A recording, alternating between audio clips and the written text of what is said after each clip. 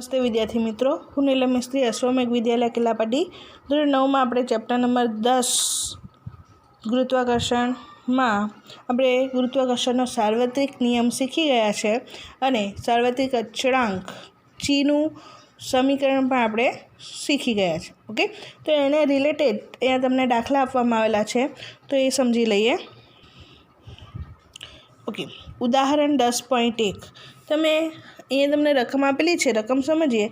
पृथ्वीनु द्रव्यमान 6 × 10⁻24 kg तथा चंद्रनु द्रव्यमान 7.4 × 10⁻22 kg है। जो पृथ्वी और चंद्र वच्चेनु अंतर 3.84 × 10⁵ किलोमीटर होय तो पृथ्वी द्वारा चंद्र पर लागतु बळ गणो। G बराबर 6.7 × 10⁻11 newton metre square into kg⁻2 लो।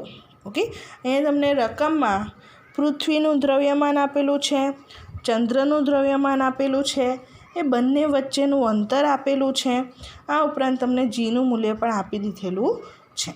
ओके, चलो तो आ दरेक जे आपने आपेलू है मूल्य एनी मददथी आपणे शुं गणवानुं छे, तो चंद्र पर लागतु बळ एटले के एफ आपणे शोधवानो छे। शीखीए आपणे। ओके, चलो अहींया आपणे जोईए पृथ्वीनुं दळ। तो पृथ्वीना दळने धारो के आपणे कैपिटल एम तरीके लई लीए तो पृथ्वीनुं दळ केटलुं आपेलुं छे 6 × 10⁻24 kg। ओके, त्यारबाद आपणे आपेलुं छे चंद्रनुं दळ। तो चंद्रनुं दळने आपणे स्मॉल एम तरीके लई लीए। ओके, अने ए केटलुं छे तो 7.4 × 10⁻22 kg।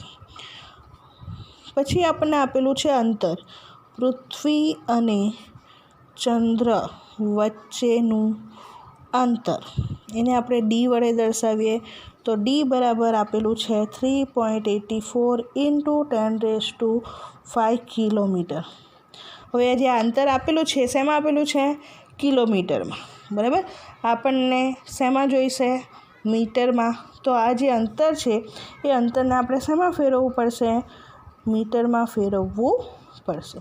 शुं करवा पड़शे, तो 3.84 × 10⁵ इंटू केटला करवाना, तो 1 किलोमीटर बराबर 1000 मीटर एटले 10⁵ इंटू केटला करवाना 1000 मीटर, बराबर। एटले अहींया 3.84 × 10⁵ अहींया आपणे 10⁻³ लखी શકીએ અને આધાર સરખા હોય તો ઘાતનો શું થાય સરવાળો, એટલે આપણને મળશે 3.84 × 10⁸ 5 ને 3 8 એટલે 3.84 × 10⁸ मीटर। आ શું મળી ગયું આપણને અંતર મળી ગયું, શેમાં મળી ગયું મીટરમાં। ઓકે, અને બીજું આપેલું છે જીનું મૂલ્ય કેટલું છે 6.7 × 10⁻11 newton metre square into kg⁻2। शोधवानुं छे बळ एटले के एफ बराबर प्रश्नार्थ चिन्ह। ओके, चलो तो हवे बळ शोधवा माटेनुं समीकरण, तो आपणे समीकरण शीखी ज गया छे कि F capital G into capital M into small M divide by D square.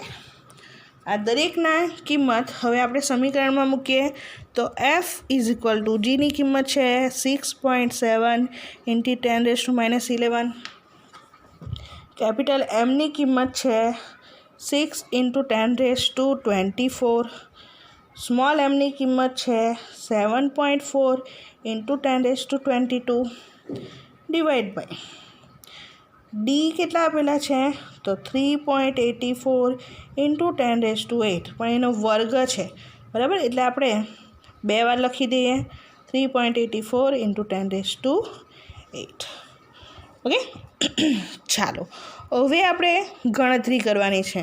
बराबर, रकम बहुत मोटी है તો શું કરશું? તો પહેલાં તો આપણે જે 10ની ઘાતવાળા જે પદ છે એને સાથે કરી દઈએ. ઓકે, તો f is equal two 6.7 into 6 into 7.4 into 10⁻11 into 24 into 10⁻22. Okay, પછી 3.84 ઇન્ટુ 3.84 ઇન્ટુ 10⁸ ઇન્ટુ 10⁸. ઓકે, પહેલાં તો આપણે 10ની ઘાત જે છે એટલે કે આધાર સરખા છે એ પહેલાં જોઈ લઈએ, પછી આપણે આ રકમની સિમ્પ્લિફિકેશન કરશું. ઓકે, ચાલો. તો અહીંયા 24 છે અને અહીંયા 22 છે, બરાબર. તો f is equal two 6.7 into 6 into 7.4 ગુણ્યા 10⁻11 ગુણ્યા 24 ને 22 શું થશે? સરવાળો થશે, બરાબર. તો 10⁻24 વત્તા 22 કરીએ તો કેટલા થશે? તો 24 દુ 48, બરાબર. એમાંથી 2 કરી નાખીએ તો થશે 46, બરાબર ને. 4 ને 2 6 અને 2 ને 2 4, 46 થઈ ગયા. પછી 3.84 ઇન્ટુ 3.84 ઇન્ટુ 8 દુ 16, બરાબર. હવે f is equal two 6.7 into 6 into 7.4 into 10⁻11 into 10⁻46. આ જે 10ની ઘાત પેલું પદ છે એને આપણે ઉપર લઈ જઈશું તો હજી 16 પ્લસ છે, અહીં ઉપર જશે તો શું થશે? માઇનસ, એટલે 10⁻16 ડિવાઈડ બાય 3.84 ઇન્ટુ 3.84. ઓકે, ચલો હવે શું થશે? તો f is equal two 6.7 into 6 into 7.4 into -11 અને -16 છે, બરાબર. તેનો શું થશે? સરવાળો થશે, બરાબર. તો અહીંયા 46 લખીએ ગુણ્યા 10⁻11 ગુણ્યા 10⁻16. આનો માઇનસનો શું થશે? સરવાળો પણ કેવો થશે? માઇનસ, બરાબર. તો કેટલા થશે? તો 6 ને 1 7 અને 1 ને 1 2 માઇનસ, બરાબર. છેદમાં 3.84 3.84. ઓકે, હવે f ઇઝ ઇક્વલ ટુ 46માંથી 27 બાદ કરીએ તો કેટલા મળશે? 16માંથી 7 બાદ કરીએ તો 16માંથી 7 એટલે 9, બરાબર. અને 3માંથી 2 જાય તો 1, તો કેટલા આવશે? 19. Okay, 6.7 into 6 into 7.4 into 10⁻19 divide by 3.84 into 3.84. Okay, આ સિમ્પલ થઈ ગયું. હવે આ ચલો f ઇઝ ઇક્વલ ટુ 67/10 ગુણ્યા 6 74/10 ગુણ્યા 10⁻19 છેદમાં 384/100 ગુણ્યા 384/100. આ 10 જે છે એ શું થશે? નીચે આવશે અને આ 100 છે એ શું થશે? ઉપર જશે, બરાબર. એટલે 67 ગુણ્યા 6 ગુણ્યા 74 ગુણ્યા 100 ગુણ્યા 100 ગુણ્યા 10⁻19 ડિવાઈડ બાય 384 ગુણ્યા 384 ગુણ્યા 10 ગુણ્યા 10. હવે આ 0 0 કેન્સલ, બરાબર.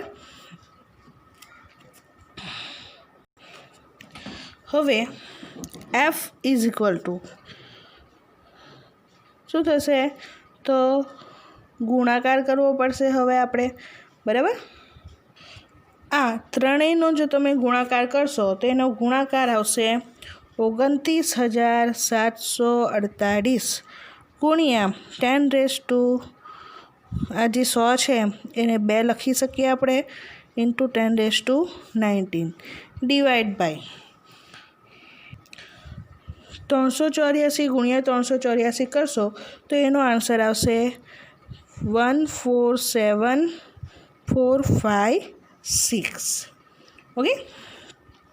હવે F is equal two 29748 into 10⁻19 ને 2 કેટલા થશે 21 બરાબર ભાગ્યા 14746. હવે શું કરવાનું તો ભાગાકાર કરવાનો. ઓકે તો ભાગાકાર કરશો તો એનો આન્સર આવશે એફ ઇઝ ઇક્વલ ટુ 0.2070 બરાબર. કેટલો આન્સર આવશે 0.2070. ઘણી લાંબી રકમ છે પણ આપણે આટલું જ લખીએ બરાબર ગુણ્યા 10⁻21 બરાબર. તમે આ આન્સર લખશો તો પણ સાચું બરાબર. પણ અહીંયા 0 પોઈન્ટ છે તો એને આપણે એક ડિજિટ પછી પોઈન્ટ મૂકવો હોય તો શું કરવું પડશે? આ જે પોઈન્ટ છે એને આપણે ખસાડવો પડશે બરાબર. તો જમણી બાજુ ખસે બરાબર. હંમેશા યાદ રાખજો બરાબર. જમણી બાજુ ખસે એટલે માઇનસ બરાબર. એટલે જે ઘાત છે એમાંથી માઇનસ જેટલા સ્ટેપ ખસે અહીંયા આપણે એક સ્ટેપ ખસવાના છે એટલે -1 કરવાના. 2 સ્ટેપ ખસવાનો હોય તો -2 કરવાના. 3 ખસવાનો હોય તો -3 કરવાના બરાબર. કઈ બાજુ? જમણી બાજુ બરાબર. પોઈન્ટની જમણી બાજુ. ડાબી બાજુ ખસીએ તો પ્લસ કરવાના. ઓકે અહીંયા આપણે જમણી બાજુ ખસીએ એક જ સ્ટેપ ખસીએ છીએ એટલે શું કરવાનું તો -1 કરવાનું. એટલે 21 -1 કરીએ તો કેટલા થાય 20 થાય બરાબર. એટલે અહીંયા થશે 2.017 ઇન્ટુ 10⁻20 બરાબર. તો આ તમે આન્સર લખો તો પણ સાચું બરાબર. અને બળનો જે એકમ છે એ કયો છે? ન્યૂટન. જે એકમ છે એ ખાસ લખાવવો જોઈએ. ઓકે.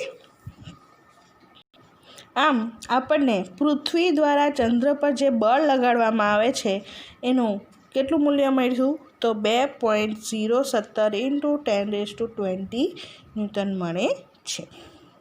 ચાલો અહીં પ્રશ્ન આપેલા છે. પ્રશ્ન સમજી લે તો ગુરુત્વાકર્ષણનો સાર્વત્રિક નિયમ જણાવો. તમને એવું કીધું છે બરાબર. તો ગુરુત્વાકર્ષણનો સાર્વત્રિક નિયમ આપણે શીખી જ ગયા છે. શું છે એનો સાર્વત્રિક નિયમ? તો વિશ્વનો પ્રત્યેક પદાર્થ પોતાની તરફ આકર્ષે છે બરાબર. વિશ્વનો પ્રત્યેક પદાર્થ બીજા પદાર્થને પોતાની તરફ આકર્ષે છે. અને બે પદાર્થો વચ્ચેનું આ જે આકર્ષણ બળ હોય છે એ તેમના દળના ગુણાકારના સમપ્રમાણમાં અને તેમની વચ્ચેના અંતરના વર્ગના વ્યસ્ત પ્રમાણમાં હોય છે. અને આ બળની દિશા તેમના બંને પદાર્થોને જોડતી રેખાની દિશામાં હોય છે બરાબર. તો આ થશે ગુરુત્વાકર્ષણનો સાર્વત્રિક નિયમ. પછી બીજો પ્રશ્ન તમને પૂછેલો છે કે પૃથ્વી તથા સપાટી પર રાખેલ કોઈ પદાર્થ વચ્ચે લાગતા ગુરુત્વાકર્ષણ બળનું મૂલ્ય શોધવા માટેનું સૂત્ર લખો બરાબર. તો એ જે સાર્વત્રિક બળ શોધવા માટેનું જે સૂત્ર છે એ આપણે શીખી જ ગયા છે. અને અત્યારે એના આધારે આપણે દાખલાની ગણતરી પણ કરી ગયા છે. અને એ સમીકરણ કયું છે તો F is equal to G into M into m divide by d² બરાબર. અહીંયા ડીની જગ્યાએ તમે R લઈ શકો બરાબર. કેમ R લઈ શકો? તો અહીંયા તમને શું કીધું છે કે પૃથ્વી તથા તેની સપાટી પર રાખેલ કોઈ પદાર્થ વચ્ચે લાગતા ગુરુત્વાકર્ષણ બળનું મૂલ્ય શોધવા તમને કીધેલું છે બરાબર. એટલે અહીંયા જે અંતર છે એ શું થશે તો ધારો કે આ પૃથ્વી છે બરાબર અને એની સપાટી એટલે કે અહીંયા પદાર્થ મૂકેલો છે બરાબર. અને આ પૃથ્વીનું કેન્દ્ર થશે બરાબર. તો એ બે વચ્ચેનું જે અંતર છે એ કોના જેવું થશે તો પૃથ્વીની ત્રિજ્યા જેટલું જ થશે બરાબર. એટલે અહીંયા તમે અંતર ડીની જગ્યાએ તમે આર પણ લઈ શકો જે શું આવશે પૃથ્વીની ત્રિજ્યા દર્શાવે છે. ખ્યાલ આવી ગયો? ઓકે. તો અહીંયા આપણે જે સમીકરણ આવશે એ કયું આવશે તો F is equal to G into M into m divide by RE². RE² એટલે કે E એટલે શું? પૃથ્વીનું ઇંગ્લિશમાં નામ અર્થ બરાબર. એટલે કે ત્રિજ્યા, પૃથ્વીની ત્રિજ્યાનો વર્ગ ખ્યાલ આવી ગયો કેમ ત્રીજી અહીંયા આપણે લીધી છે. ઓકે, નેક્સ્ટ હવે આપણે જોઈએ ગુરુત્વાકર્ષણના સાર્વત્રિક નિયમનું મહત્ત્વ. પરીક્ષામાં પૂછાય છે ગુરુત્વાકર્ષણના સાર્વત્રિક નિયમનું મહત્ત્વ. તો એ ગુરુત્વાકર્ષણના સાર્વત્રિક નિયમનું મહત્ત્વ આપણને અનેક એવી ઘટનાઓ સફળતાપૂર્વક સમજાવે છે જે અસંબંધિત માનવામાં આવતી હોય છે. બરાબર, જેમ કે એ છે આપણને પૃથ્વી સાથે બાંધી રાખતું બળ, બીજું છે પૃથ્વીની ફરતે થતું ચંદ્રનું અથવા તો કૃત્રિમ ઉપગ્રહોનું પરિક્રમણ, પછી સૂર્યની ફરતે થતું ગ્રહોનું પરિક્રમણ, પછી ચંદ્ર તથા સૂર્યને કારણે દરિયામાં આવતી ભરતી અને ઓટ. બરાબર, આ ઉપરાંત પૃથ્વીના વાતાવરણનું પૃથ્વી સાથે જકડાઈ રહેવું તથા પૃથ્વી પર વરસાદ તથા હિમવર્ષા થવી. બરાબર, આ બધું શાનું મહત્ત્વ દર્શાવે છે? ગુરુત્વાકર્ષણના સાર્વત્રિક નિયમનું મહત્ત્વ દર્શાવે છે. ઓકે, નેક્સ્ટ હવે લેક્ચરમાં આપણે જોઈશું મુક્ત પતન. મુક્ત પતન શું છે એ તો આપણે સમજેલા જ છે. Okay, thank you.